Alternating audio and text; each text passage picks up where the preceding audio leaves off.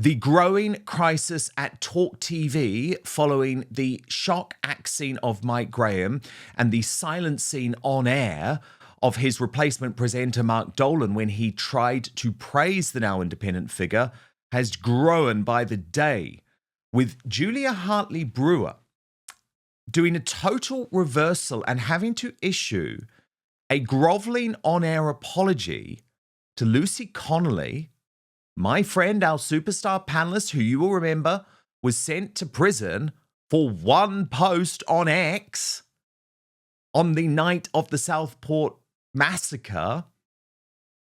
And this grovelling apology was issued live on air after Julia begged for Lucy to appear in person. I'm going to give you an apology. I know you were very wary about coming on the show with me.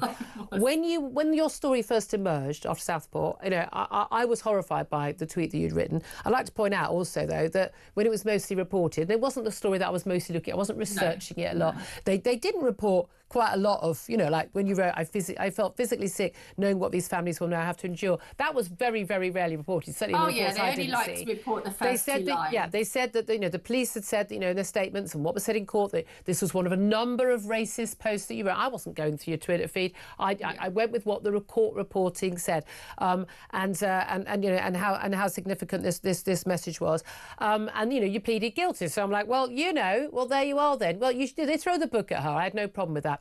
I now know, and it was actually as a result of Alison Pearson's piece while you were behind bars, that that actually you were grossly misrepresented by the police. The Crown Prosecution Service have accepted this. That there were numerous people. You're a childminder. You had numerous children from many different backgrounds, including many legal migrants and children of colour, who all put in letters, basically of supporting you and having no evidence of racism. There were no other so-called racist tweets, that you had deleted this tweet of your own volition, and the background that you had lost a child and therefore would be so much more emotionally affected by these children's deaths. And so at the time when I said, yeah, I've got no problem with her going to prison, I didn't think for that long.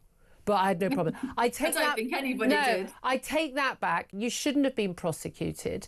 That's appreciated. And you certainly shouldn't have gone to prison. I so wish that you had pleaded not guilty, even if you end up remanded, because with this change, hindsight's a wonderful we still thing, have isn't jury trials now, not for long, and the jury, I believe, would, if I'd set this out in the jury, we would have acquitted you.